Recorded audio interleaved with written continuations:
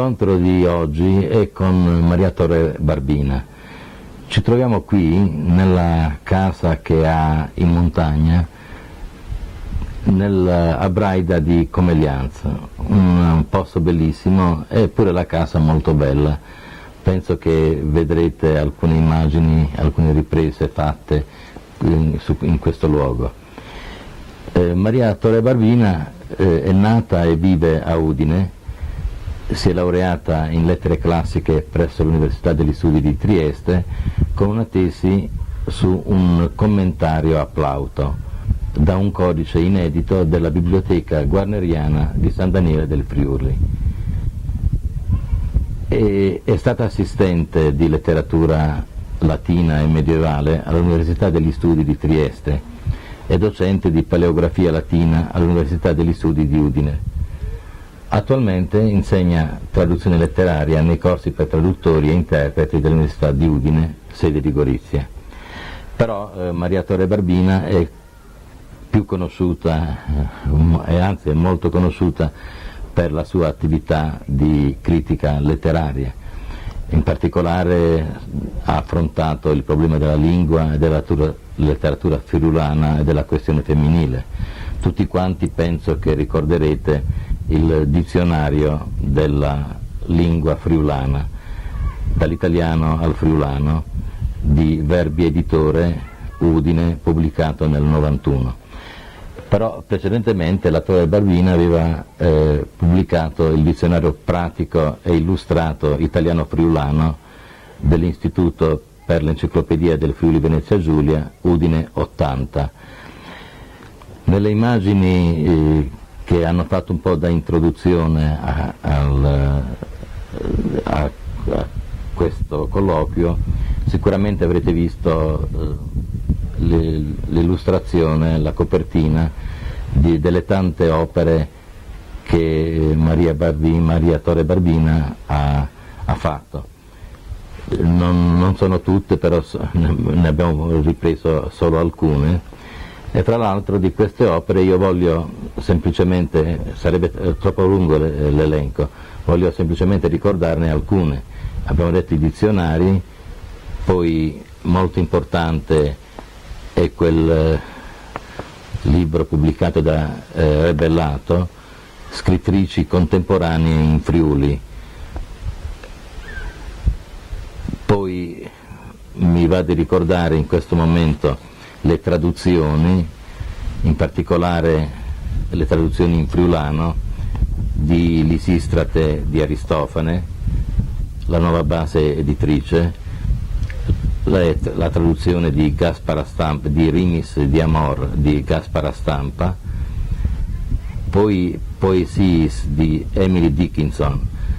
Fra l'altro c'è da dire che copie di queste traduzioni si trovano un po' in tutte le biblioteche del mondo. In particolare voglio citare la copia che c'è presso la biblioteca del Congresso di Washington e la copia che c'è presso la Biblioteca Nazionale canadese di Toronto. Fra le tante introduzioni critiche, prefazioni ad autori che la Maria Torre Barbina ha fatto, voglio ricordare le prefazioni che la Torre Barbina ha fatto ad Amors di Pierluigi Cappello, abbastanza conosciuto qui in Carnia e anche dalla nostra emittente, e la prefazione fatta alle Nebbie di Pierluigi Cappello, e poi questa opera che riguarda la Carnia, Voci e trame della poesia nella Valdegano. Ecco, fatta questa breve introduzione, passiamo subito a Maria Torre Barbina. L'incontro di oggi è dedicato a questo volume che ha per titolo Diplomi del monastero benedettino di Santa Maria d'Aquileia, pubblicato dal gruppo archeologico aquileiese. Ecco, la prima domanda di come ti è nata questa idea di scrivere su questo convento benedettino, un convento di suore mi pare. È un convento di suore, sì. Beh, come sempre il caso è stato determinante. Ho visto in una mostra di miniature una bellissima annunciazione, che tra l'altro è riprodotta anche qui nel volume, e ammirandola ho notato che sotto c'era scritto dal codice della biblioteca di Verona, e che riguardava però documenti del convento di Santa Maria d'Aquileia. Poiché io da moltissimi anni mi interesso della vita delle donne in Friuli, mi sono meravigliata di non conoscere questo codice, questo documento. Sono andata a Verona e ho visto che si tratta di qualcosa di importantissimo, tra l'altro bellissimo, perché è un codice in pergamena, ancora perfettamente conservato, e che conserva 7 secoli di vita di un convento friulano. Alcuni di questi documenti erano certo noti, ma nessuno aveva trovato la raccolta completa. Allora mi sono fatta, anzi mio marito mi ha fatto le fotografie, e poi dopo molti anni, perché questo è accaduto 15 anni fa, ho ripreso in mano tutta questa serie di documenti, li ho trascritti, naturalmente tradotti, ho fatto il riassunto che è in italiano, e poi mi sono dilettata a fare un'introduzione che potesse servire a tutti per capire la vita in questo convento. Ecco, c'è da dire che questo libro ha una presentazione di Alviano Scarel, che è il presidente del gruppo archeologico aquileiese, e di Ennio Sandal, direttore della Biblioteca Civica di Verona. Chiaramente Alviano Scarel mette in risalto l'importanza di questo libro proprio perché era una cosa sostanziale, questo monastero e l'importanza di questo monastero era un'importanza sostanzialmente dimenticata. L'aver rimesso in luce, aver ridato vita alla storia di questo monastero ci permette sicuramente di conoscere un pezzo della storia del Friuli e della vita in Friuli. Sì, non solo, ecco, se posso intervenire, sì. Ci permette di conoscere la vita nel convento, che è molto diversa da quella che potevamo immaginare, perché noi abbiamo l'idea che il convento delle suore fosse quello descritto dal Manzoni, e invece attraverso questi documenti vediamo che si tratta di cose molto diverse. Perlomeno bisogna studiare ancora molto per capire bene come si viveva. Io ho cercato di dare un'idea di questo. Sì. Dunque mi pare che dai documenti che hai analizzato affrontino la vita di questo convento dall'anno 1000 al 1500, un periodo in cui possiamo dire stiamo in pieno basso medioevo, in cui chiaramente la vita era molto molto diversa da quella attuale. Siamo nel periodo del patriarcato, di Aquileia, e quindi questo volume ci permette anche di capire meglio i problemi che esistevano nella società di quel tempo. Certo, il codice è stato compilato nel 1535, in realtà successivamente sono stati aggiunti anche altri documenti, per cui la vita che ci viene descritta va fino alla fine del Seicento.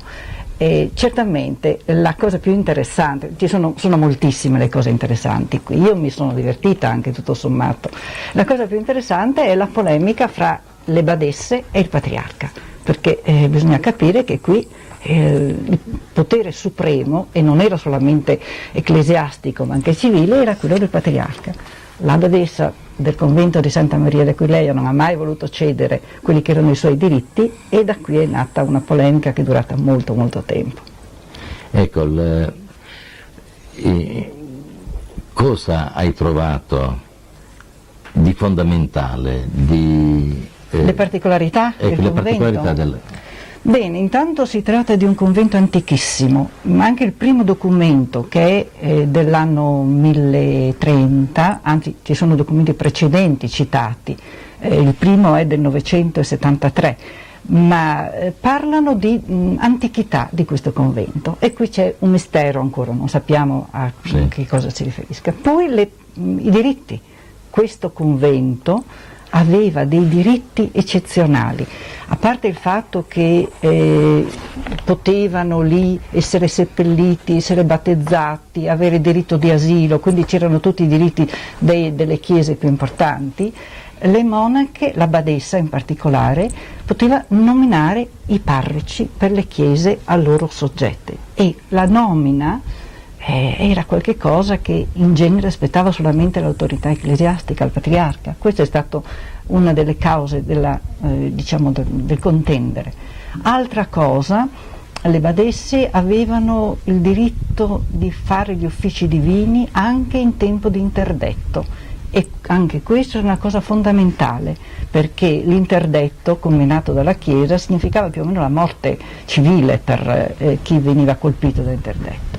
Poi si trattava di un convento ricchissimo, e la badessa e tutte le suore potevano, e lo fecero, gestire i propri beni direttamente, quindi andavano a controllare i propri villici, i propri sottoposti, assistevano alla vendemmia, alla seminagione, avevano tantissimi diritti, e in più andavano in villeggiatura. Questa è una delle cose più strane, che tuttavia è stata difesa, questo diritto è stato difeso con grande tenacia sempre, ottenendo sempre il consenso del Papa, perché questa era l'altra cosa, in una regione come il Friuli, in cui il patriarca, il potere religioso, era con l'imperatore, filo imperiale, quindi il convento di Santa Maria d'Aquileia è sempre stato filo papale. Sì. Anche per difendersi dal potere del patriarca. Ecco, questo convento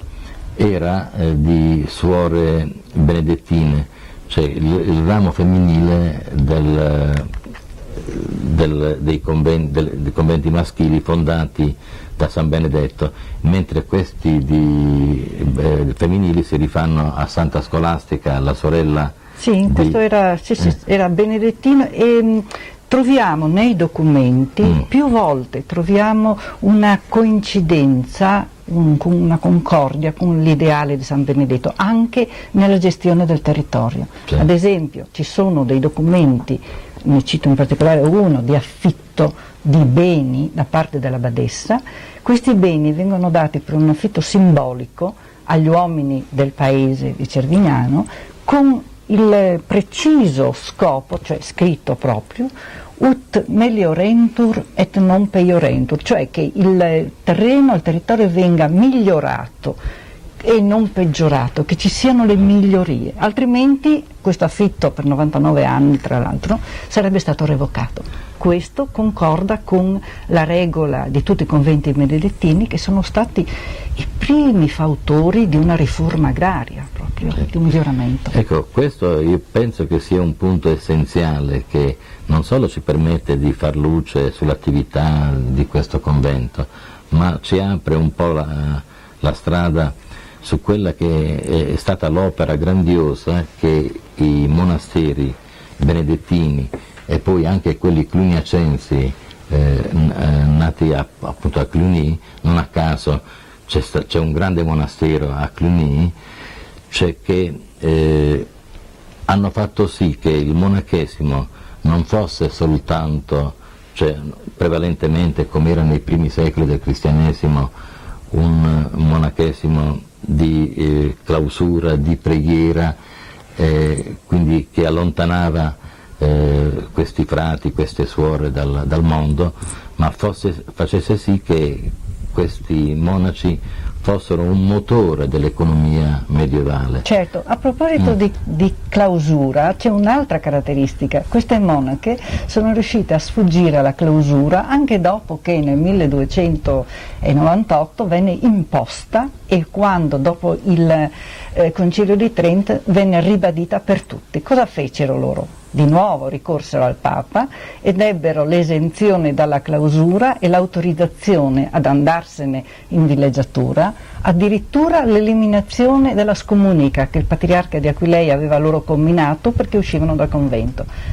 Quindi queste monache davvero andavano sul territorio, utilizzavano. Poi nella introduzione, nelle prime pagine del codice, c'è una bellissima lettera di introduzione del notaio che aveva curato questo codice, in cui si dice che con i loro beni le monache facevano anche carità, diremmo noi adesso, cioè davano da mangiare e da bere, e nessuno se ne andò dal loro convento senza essere saziato e dissetato. In un periodo in cui la miseria in Friuli era tanta, certamente avere la possibilità di ricorrere a un organismo così vitale, così importante, deve essere stato elemento positivo. Mi pare che abbiano saputo, dico queste monachelle in senso ironico, ben destreggiarsi nelle questioni politiche. Tu dici a un certo punto della tua introduzione che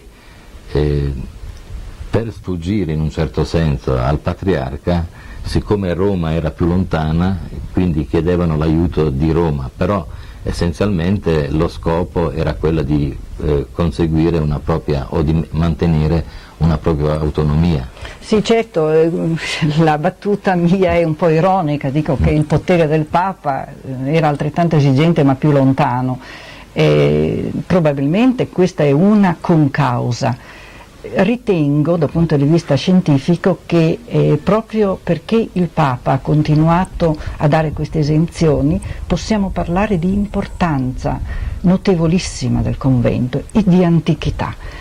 Sono riuscite a sopravvivere a tutti i cambiamenti politici del Friuli, e ce ne sono stati tanti, e in questo codice sono raccolti i successivi documenti di riconferma dei loro diritti, che guarda caso vengono fatti proprio quando in Friuli accadono dei cambiamenti, dei rivolgimenti politici.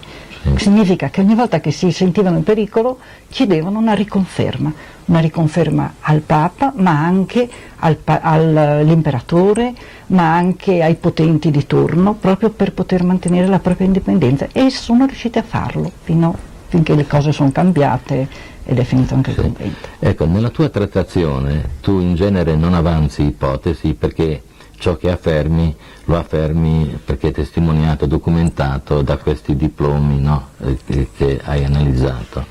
Però una ipotesi, come hai già accennato, la avanzi, che è quella che questo monastero sia stato in un primo momento, cioè sia molto più antico dell'anno 1000, ma che sia molto precedente, addirittura verso il 300, cioè che sia stato San Girolamo proprio ad Aquileia che abbia avuto rapporti con queste donne. Beh, diciamo, aveva raccolto intorno a sé un gruppo di donne, un gruppo di donne, gruppo di donne che si dedicavano alla preghiera, questo è sicuro. Perché c'è questo, che San Girolamo, noi sappiamo, non solo ha fatto una lotta molto accanita contro le eresie, ma da un altro verso era una asceta, quindi per cui diciamo, sicuramente questo monastero, quando è sorto, anche se abbiamo pochi documenti, mi pare, no? Sì, ecco, forse,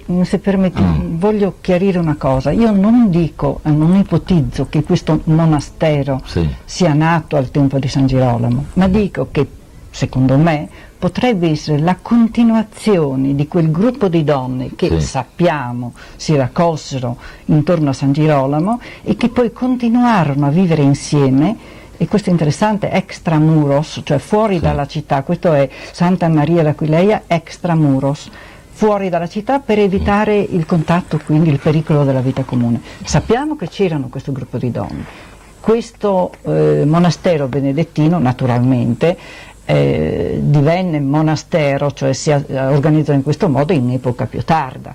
Però secondo me potrebbe, e questa è l'unica ipotesi che io avanzo, cioè non suffragata da documenti, quindi non sicura, potrebbe essere la continuazione di quel gruppo di donne che, tutte nobili, piuttosto benestanti, avevano messo in comune i loro beni e si erano raccolte per pregare, per studiare, questo è importante perché è continuato lungo i secoli, e per stare fuori dal mondo pensando alla vita ultraterrena. Infatti tu affermi qui, leggo, si può quindi ipotizzare che il monastero, che poi si chiamerà di Santa Maria di Aquileia extramuros, sia la continuazione di questo seminarium che in pratica questo gruppo di donne, questo gruppo, sì. Quindi diciamo in base Quindi a quali... pensate quanto antico deve essere. Perché questo? Perché faccio questa ipotesi? Proprio perché si tratta di una serie di diritti, di prerogative talmente eccezionali che non possono giustificarsi se non attraverso una eccezionale origine. Sì. E anche perché il primo documento, quello di Poppone, che conferma i diritti è stato erroneamente chiamato di fondazione, in realtà conferma, e lo dice, i diritti del monastero, fa riferimento a un precedente documento del Patriarca Giovanni, che era ancora prima, e però noi non sappiamo che il Patriarca Giovanni abbia fondato questo monastero. Siccome del Patriarca Giovanni abbiamo documenti e siccome avrebbero avuto tutto l'interesse le monache a mettere in questo codice anche un documento di fondazione, si può supporre ragionevolmente che in realtà vada molto oltre. Per dire la verità, il professor Caccitti, che ha presentato questo libro a Milano, ha fatto anche un'altra ipotesi affascinante, cioè che tutti questi diritti derivino alle monache di Aquileia da una ascendenza ancora più antica e più nobile, cioè un collegamento con la Chiesa di Alessandria d'Egitto.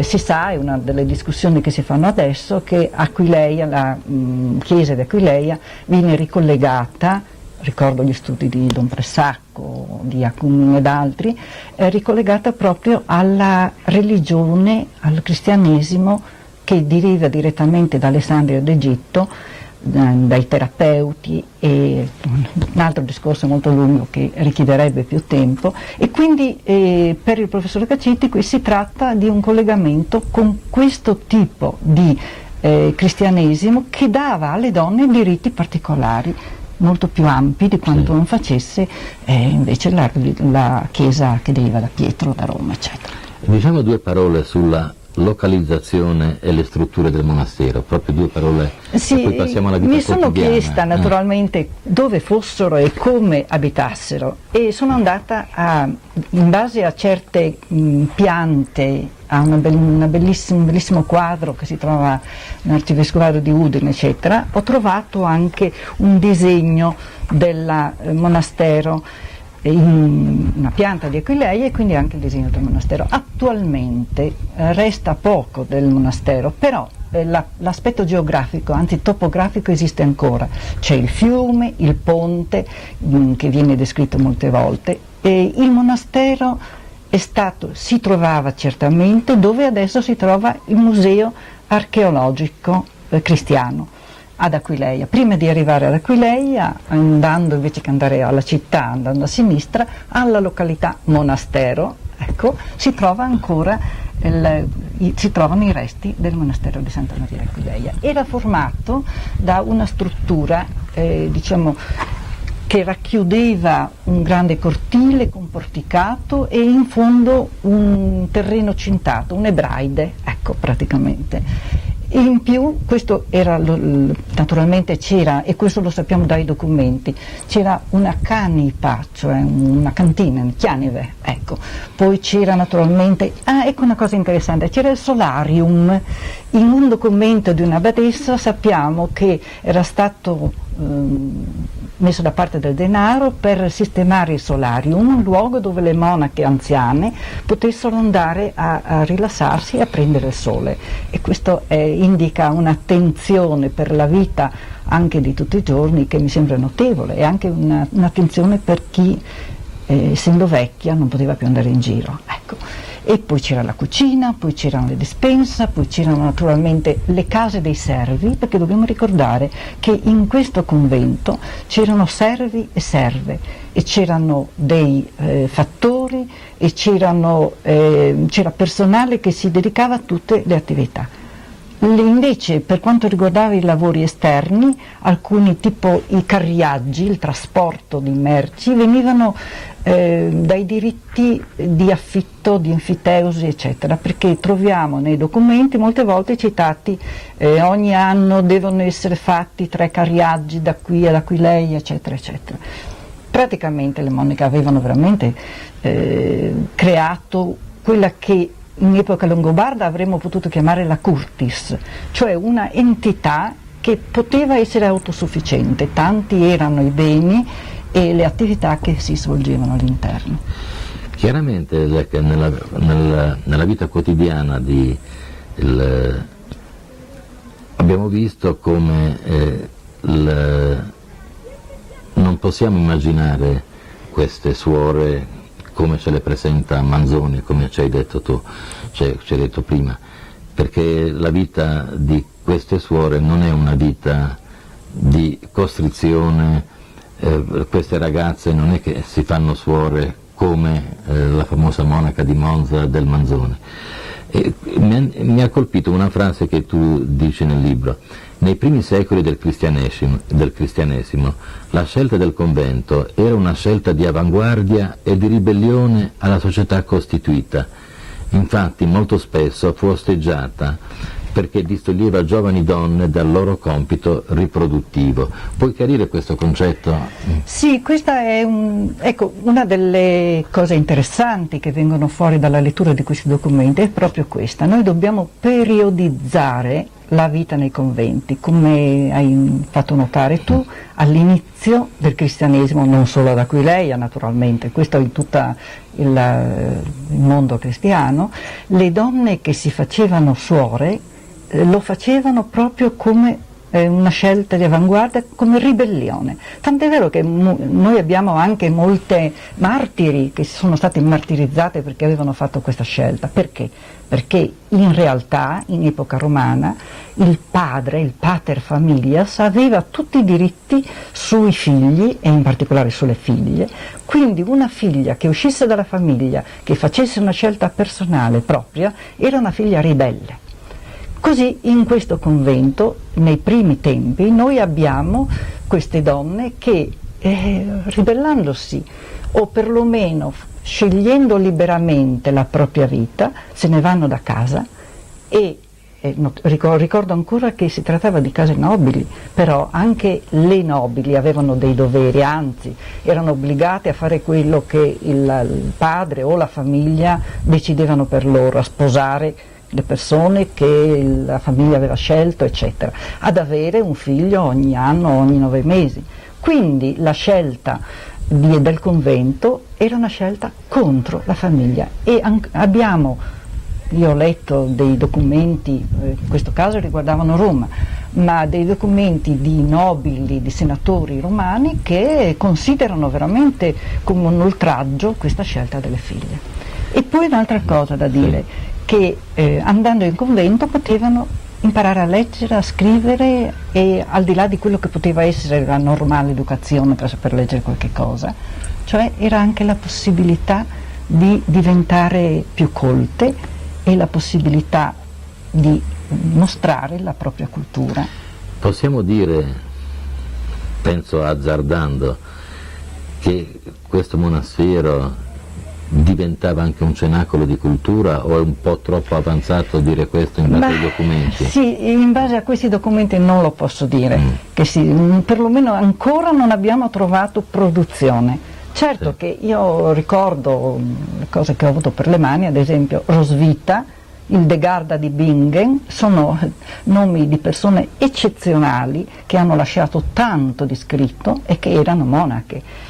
Da questo ancora non abbiamo niente, non so se questo dipenda dall'abitudine friulana di non scrivere, ma spero, chissà, può darsi che ci siano ancora documenti, anzi documenti ce n'è certamente, documenti letterari speriamo, è auspicabile, mi piacerebbe trovare anche questa conclusione, che fosse un cenacolo di cultura. Certo, hanno potuto studiare, hanno fatto trascrivere dei codici, io cito anche delle cose interessanti che adesso non ci sono più, per cui hanno pagato per avere dei codici pregiati, preziosi, perlomeno si interessavano alla cultura. Poi il convento di Santa Maria d'Aquileia, in un periodo di crisi fortissima, quando ad esempio il convento di Santa Chiara a Udine era nella crisi maggiore, nella polemica più alta, quando si parlava, e siamo in epoca molto posteriore, si parlava male di tutte le monache, Cividale, Udine, eccetera, eccetera, era l'unico in cui ogni giorno si leggeva l'ufficio divino, si leggeva da parte delle monache, quindi questo qualche cosa può voler dire, ecco.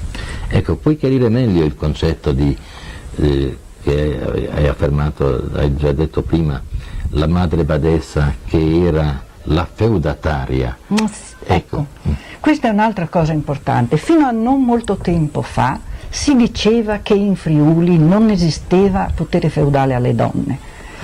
Circa 10 anni fa il professor Mor, che si è interessato tantissimo della storia del Friuli e dell'Italia, ha riprodotto, ha citato dei documenti in cui venivano dati dei beni feudali ad alcune donne, per eredità, eccetera.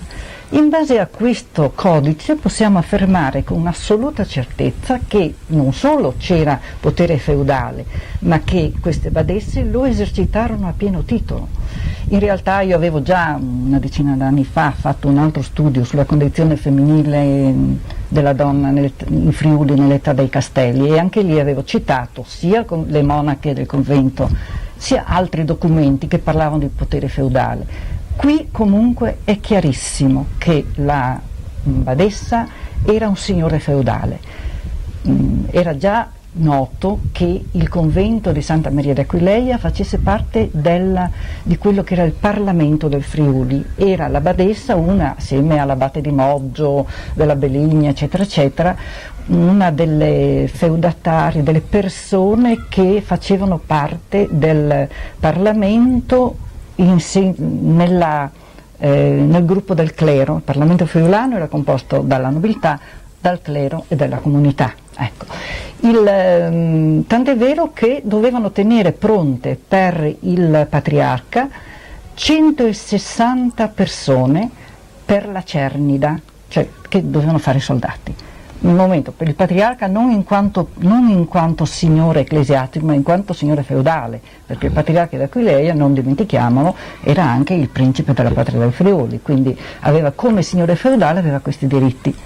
Le monache avevano anche il dovere di prestare dei loro uomini per la vaite e la schilivaita, la vaite, cioè per la guardia all'interno della città di Aquileia. Erano quindi pienamente signore feudali. Una riprova di questo io l'ho trovato nella Biblioteca Civica di Udine, in un documento in cui una badessa investe il parroco Giovanangelo della chiesa di Chiasellis, mettendogli nel dito l'anello. Allora questo atto era una vera e propria investitura feudale. Quindi era questo documento, che è un pezzettino di carta piccolino così, è la prova del potere feudale delle badesse. Ce n'è anche altri, ma questo mi ha colpito in particolare perché dice: io, Margherita, eccetera, eccetera, investo per ex canone renunziationis il parroco Giovanangelo adesso non ricordo da quale località, con per l'imposizione dell'anello nel suo dito. Ecco, sì. È un documento importantissimo ed è proprio attraverso questi documenti che noi possiamo rivedere un po' la storia, perché la cosa più importante, quella che mi ha spinto in fondo a andare a frugare negli archivi, nelle biblioteche del Friuli, è proprio questo desiderio di conoscere la storia non attraverso l'interpretazione di altri, perché purtroppo la storia è sempre, noi l'abbiamo sempre attraverso l'interpretazione di qualcuno, ma cercare i documenti per darne anche la mia interpretazione è sempre una prospettiva diversa, una prospettiva in più. Sì, sì. E Mi ha colpito molto, lei già ha citato, il fatto che la badessa, cioè, potesse nominare i parroci. Questo sa di eresia. Come è stato possibile? Dunque, questa è ancora una delle discussioni, ci sono varie ipotesi. Uno dice che li nominava solamente come signore feudale, e questa è certamente vera. L'altro invece dice che, siccome lì si parla di potere ecclesiastico, non solo di potere, che il Papa aveva dato, questo è quello che sostengono le badesse, aveva dato a loro la possibilità di nominare i parroci. Non vorrei entrare adesso in quella che è la discussione teologica, così. Certo, si trattava di un fatto importante e impensabile, e proprio su questo fatto c'è stata, anche su questo fatto, c'è stata la polemica violenta, fortissima, fra il patriarca e le badesse per lunghi secoli, per lungo tempo, perché è chiaro che il patriarca non poteva accettare che ci fosse un potere del genere qui. Io capisco anche il patriarca, poveretto, che comunque è stato sempre scornato, e le monache hanno impedito, hanno ottenuto dal Papa la dichiarazione che era lecito alla badessa impedire al patriarca perfino di entrare nel convento, nemmeno nel portico poteva entrare. Da notare che il patriarca aveva il diritto di controllo su tutti i conventi, tranne che su quello di Santa Maria Aquileia. Quindi anche questo indica proprio una particolarità. Questo convento è un unicum, e questo mi è stato confermato anche da altre persone, tra cui dalla professoressa Giannarelli dell'Università di Firenze. Si tratta di un unicum, cioè di un caso unico nella storia dei conventi femminili. Tra i conventi maschili già troviamo anche di questi casi, quindi è già più facile. Poi mi pare che il convento aveva anche la possibilità, aveva la giurisdizione in civile e in criminale, per quello che riguardava il suo territorio, e ricordiamo che possedevano tantissimo territorio. Io ho fatto un calcolo con gli annuari dei comuni di proprietà del convento. Avevano un'estensione che corrisponde ad esempio al comune di Monfalcone, oppure al comune di Cassacco e di Tricesimo, ecco, proprio veramente molto molto esteso come territorio. In questi territori la badessa, perché era una per volta, aveva il diritto di giudicare per tutti i delitti civili e criminali. Si trattava di una grande responsabilità, e si trattava di un grande potere, e si trattava di una fonte di reddito, perché ogni volta che veniva condannato questo delinquente doveva anche pagare alcune, se la pena non era solamente il taglio della mano, la pena di morte, doveva pagare al convento. Quindi si tratta di qualcosa di importante, di importantissimo. Questo diritto in civilibus e in criminalibus venne poi riconfermato fino agli ultimi documenti, tanto che le monache si rivolsero anche alla Repubblica Veneta per avere la riconferma di questi loro diritti, perché erano diritti importantissimi, indicavano che il potere supremo era quello. Non solo, in una delle visite del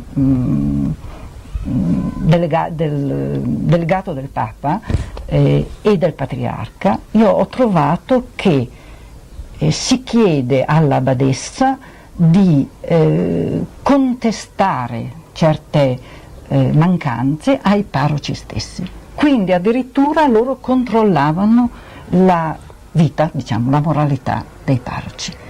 Anche questo indica una cosa, veramente un potere che non tutti, anzi che pochissimi potevano avere. Ecco. Ora Maria, ti chiedo una cosa, ma che ti può sembrare strana, cioè un volo con la fantasia in cui non ti attieni strettamente ai documenti, ma provi a immaginare quale era la vita giornaliera nel convento, cioè che facevano queste suore dalla mattina alla sera, cioè così, se ti va, so che la fantasia non ti manca, perché fra l'altro ti occupi di poesia, no? Sì. Quindi fra l'altro hai scritto anche un libro di poesie, però ecco, quindi se puoi un volo pindarico. Devo necessariamente dividere, cioè non posso pensare che la vita nel convento fosse la stessa nel 1200 o nel 1600. Sì. Ecco, questa è la premessa necessaria. E come si viveva? Secondo me, come avrei fatto io, posso dire, come sarei potuta vivere io in questo. Intanto dunque c'erano le necessità spirituali, certamente, essendo benedettine dovevano pregare oltre che lavorare. Quindi leggere i testi sacri. All'inizio, questo alla mattina, c'era naturalmente la preghiera in comune e poi naturalmente ognuno andava alla propria, ad assolvere la propria mansione, e quindi c'erano quelle che lavoravano, ricamavano oppure leggevano, quelle che pensavano, sorvegliavano le donne che lavoravano in cucina, e questa è la cosa che noi forse non ricordiamo mai. Si trattava pur sempre di donne nobili, abituate a farsi servire, e queste hanno continuato a farsi servire. C'è anche un elenco dei beni che loro potevano lasciare in eredità, e dobbiamo ricordare le monache non vestivano, avevano in proprietà le cuffie ricamate, le pellicce anche per l'interno, i gioielli, portavano nella propria, noi diciamo cella, diciamo stanza veramente, i propri mobili che poi potevano lasciare in eredità a chi volevano. Quindi si trattava di qualche cosa di molto diverso da quello che poteva essere anche la regola benedettina del mettere tutto in comune. Perlomeno alcune cose restavano proprietà. C'era l'uffizio divino, questo l'ho trovato dai documenti, che veniva letto da una al giorno, quindi a turno, così, e tutte le altre pregavano in base a questo. E poi naturalmente chi aveva i libri poteva dedicarsi ai libri, oppure uscire. Molte assieme alla badessa uscivano a controllare i lavori dei campi, ad esempio. Sappiamo che, e questo lo sappiamo ancora dai documenti, non occorre che inventi, che avevano il diritto di vendemmiatico. Significa che quando la badessa andava a controllare la vendemmia doveva essere ospitata, dovevano essere dato da mangiare a lei e anche agli altri, e quindi questo era andare. E poi andavano in villeggiatura, non abbiamo detto ancora questo, le monache. Di questo non sappiamo niente, ecco, dei rapporti con i familiari. Andavano a trovare i parenti, uscivano quando volevano, potevano andare a trovare i familiari. Anche lì bisogna vedere in che rapporti si trovavano con i familiari, cioè se la scelta del convento era una scelta personale di opposizione, certamente non saranno andate molto volentieri dai familiari. Se invece era una scelta in accordo, allora andare a casa del padre o della madre poteva essere un modo per ritrovarsi con quella che era la famiglia. Altra cosa che potevano fare, secondo me, era quella di, siccome il posto in fondo era bello, c'era il fiume, io spero che lo facessero, andare sotto un albero e pensare un po' a quelli che sono i fondamenti della vita. Chi siamo? Dove andiamo? Perché siamo qua? Ecco. Del resto siamo in un periodo, dopo l'anno 1000, molto complesso. È il periodo che in genere, quando si studia la storia della rinascita delle città, in cui però insieme alla nascita delle città continua ad esserci, e molto forte, anche il mondo feudale. Quindi è un periodo storico in cui ci sono grandi trasformazioni, continua a rimanere il mondo feudale, però il castello va sempre più perdendo importanza nei riguardi della città. Nonostante questi mutamenti, la vita della donna comunque rimane una vita molto difficile, anche la vita della donna nobile, delle famiglie sociali più elevate, per cui non è che per le donne ci fosse molta autonomia. Quindi abbiamo visto, sono rimasto contento anche, non sapevo di questo, come pure in quest'epoca la donna si muove per ottenere sempre più i suoi diritti. Fra l'altro colpisce il fatto che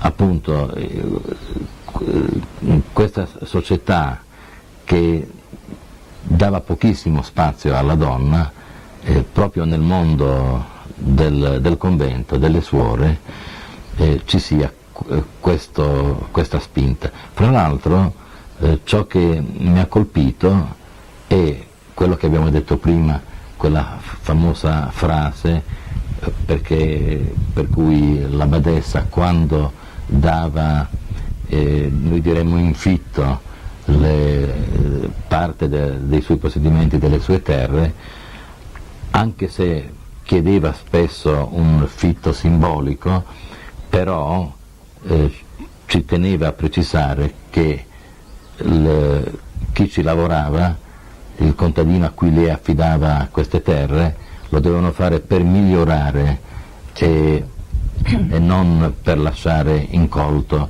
che fra l'altro questo è un concetto che ben si allinea con quello che stava accadendo nelle città, che diventavano appunto città di traffico, di commerci, e quindi della nascente borghesia di questo periodo. E quindi, a proposito di questo discorso, tu hai dedicato tutto un capitolo sui beni del convento, ne hai accennato, se puoi dirci qualche cosa di più. Sì. E tra l'altro mi pare che pure con la Carnia, mi pare c'è un passo dove dice a Medis,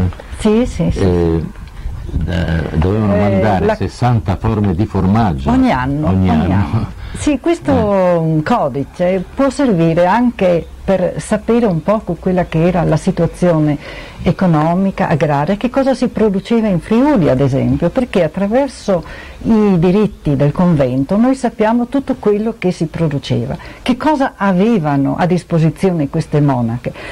Io ho provato a controllare leggendo i vari documenti proprio, e ho visto che avevano di tutto, perché avevano centinaia e centinaia di uova ogni anno, dovevano essere date, poi 60 forme di formaggio dal villaggio di Medis, che mi sembra si trova vicino a Socchieve, dovrebbe essere. Avevano, questo è interessante, baccones, cioè di spalle di maiale. Ricordiamo che in inglese bacon vuol proprio dire pancetta, sì. Ecco, strano questo collegamento qua. Poi avevano pesci, diritto di avere ogni mese e a scadenze fisse dei pesci. Poi avevano diritto dunque a carni di vario genere, a cacciagione, potevano si facevano fare tutti i lavori, galline, polli. Praticamente il convento era dotato di tutto quanto, e in più dai vari mansi, cioè dai vari appezzamenti che venivano dati in affitto, noi sappiamo anche che cosa produceva il Friuli. Sappiamo ad esempio c'era segala, c'era frumento, moltissimo frumento, e poi c'erano il vino. Sappiamo che loro avevano la ribolla, che apprezzavano moltissimo, perché grande parte di ribolla, cioè una fornitura di ribolla doveva essere data alle monache ogni anno. E poi ancora attraverso questi documenti noi sappiamo l'estensione, ecco, il capitolo sui beni del monastero femminile di Santa Maria d'Aquileia indubbiamente è molto interessante, non solo per lo studioso di storia, ma da tanti punti di vista, proprio per questo, perché noi possiamo sapere ad esempio come venivano, cioè c'era il livello, c'era l'affitto, c'era l'infiteusi, c'erano tante possibilità, tante forme per avere, e che cosa devono dare, non so, la terza parte del vino prodotto, oppure abbiamo una grande quantità di grano, si produceva lino, c'erano Dunque, il diritto di caccia, avevano il diritto di selva, avevano, insomma, ecco, c'erano tantissimi Maria, ti voglio diritti. chiedere, hai trovato qualche cosa, per esempio, perché questo potrebbe essere un argomento interessante, cioè è chiaro che loro di tutte queste ricchezze si servivano sia per condurre la loro vita nel convento, sia per fare opere di bene, di carità, no? Però, visto che c'era sovrabbondanza, utilizzavano per il commercio questi beni, o No, scambiavano come no, facevano no. i cluniacensi, mi pare. Non con- utilizzavano per il commercio, ma invece compravano degli altri beni. Ah. Io ho trovato, ad esempio, nei documenti della badessa Ermelinda, che deve essere stata una donna eccezionale, perché troviamo una quantità enorme di documenti a sua firma, che lei elenca tutti i beni del convento, in più elenca anche quello che lei ha comprato, e quindi si compravano vino, si compravano vigne, si compravano appezzamenti da grano, eccetera eccetera. Quindi probabilmente il sovrappiù o il guadagno veniva utilizzato per aumentare ancora i beni, sì. delle monache e per far sì che il convento fosse sempre prospero. Dobbiamo ricordare che i conventi dovevano vivere con quello che avevano, non avevano altri redditi se non quello che i beni delle suore, che parte erano obbligate a portare dei beni quando entravano in convento, una parte della loro eredità andava naturalmente al convento e parte derivava dal buon uso di quello che il convento possedeva. Quindi il buon uso dei beni significava sopravvivenza o meno del convento stesso, e questo era importante. Un convento che sia durato per tanti secoli indica anche che tutte queste badesse sono state delle amministratrici ottime, altrimenti in poco tempo il convento avrebbe esaurito i beni e le monache non avrebbero più potuto chiamarne altre, un po' per volta sarebbe finito anche questo. Ma penso che abbiamo chiarito abbastanza. Chiaramente chi è interessato farebbe bene a procurarsi il libro, perché chiaramente una lettura ragionata permette di entrare più in profondità su questi argomenti che noi, penso in maniera approfondita, però abbiamo dovuto affrontare in poco tempo. Ecco, io a questo punto farei un'ultima domanda in cui le chiedo un altro sforzo, chiedo a Maria un altro sforzo soggettivo, cioè in questa tua ricerca che cosa ti ha guidato e in pratica, se dovessi alla fine tirare le somme, tante cose importanti sicuramente hai conosciuto, però qual è la cosa, cioè qual è l'argomento, cioè, o almeno l'idea che più ti ha colpito e che non credevi poter ritrovare in questi testi, in questi documenti che spesso sono visti come roba arida? Tra l'altro voglio dire che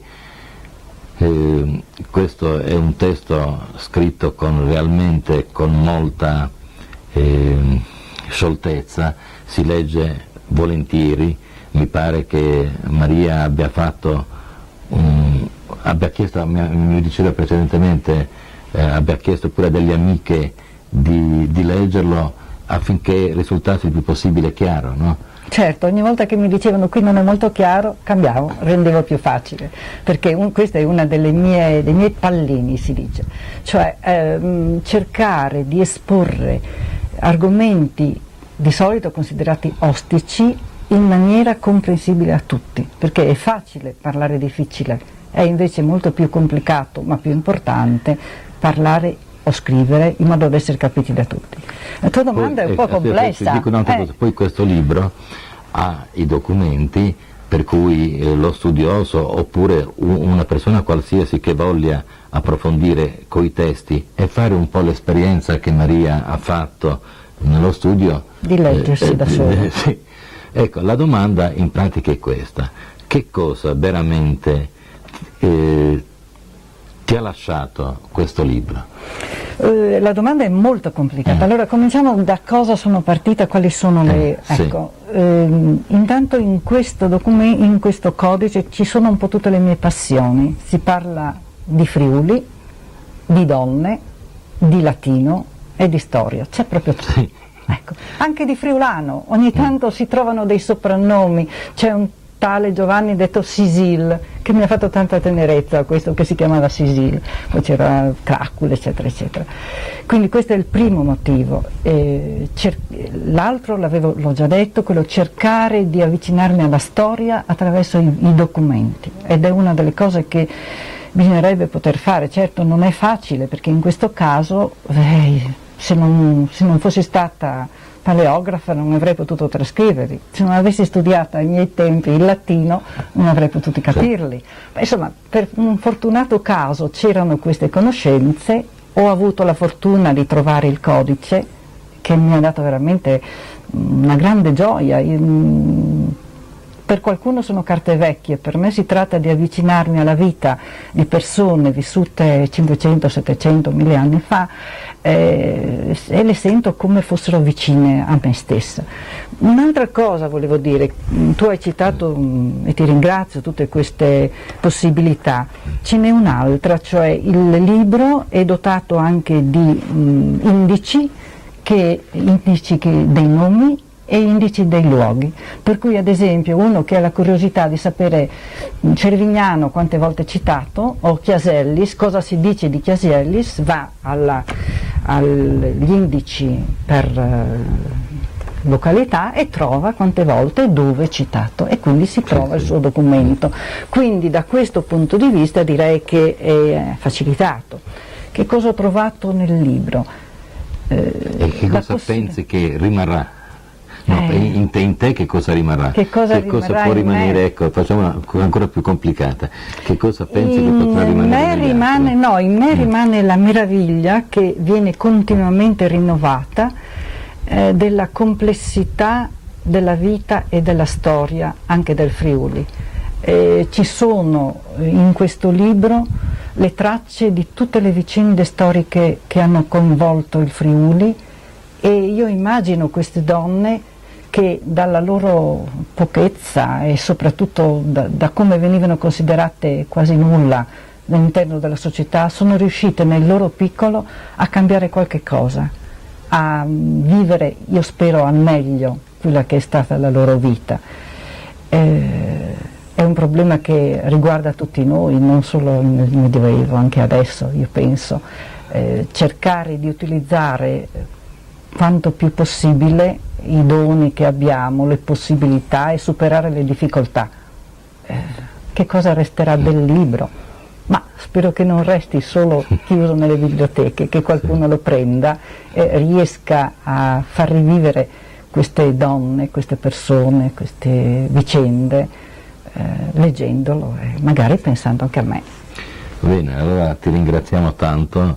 Penso che così come hai dato a me il piacere di avvicinarmi a avvenimenti così lontani da noi nel tempo, la stessa emozione l'abbiano provata gli spettatori. Fra l'altro è un argomento questo dell'archeologia, cioè degli studi archeologici, paleografici che affrontiamo raramente nelle discussioni, e che io affronto raramente nelle mie interviste, quindi sono contento anche per questo. Penso il discorso sia stato fin troppo, cioè, è un complimento che voglio farti, semplice, chiaro, ma non semplicistico, ecco, di quella semplicità che è frutto di studio, di ricerca. Quindi grazie di tutto e arrivederci alla prossima occasione. Grazie a te.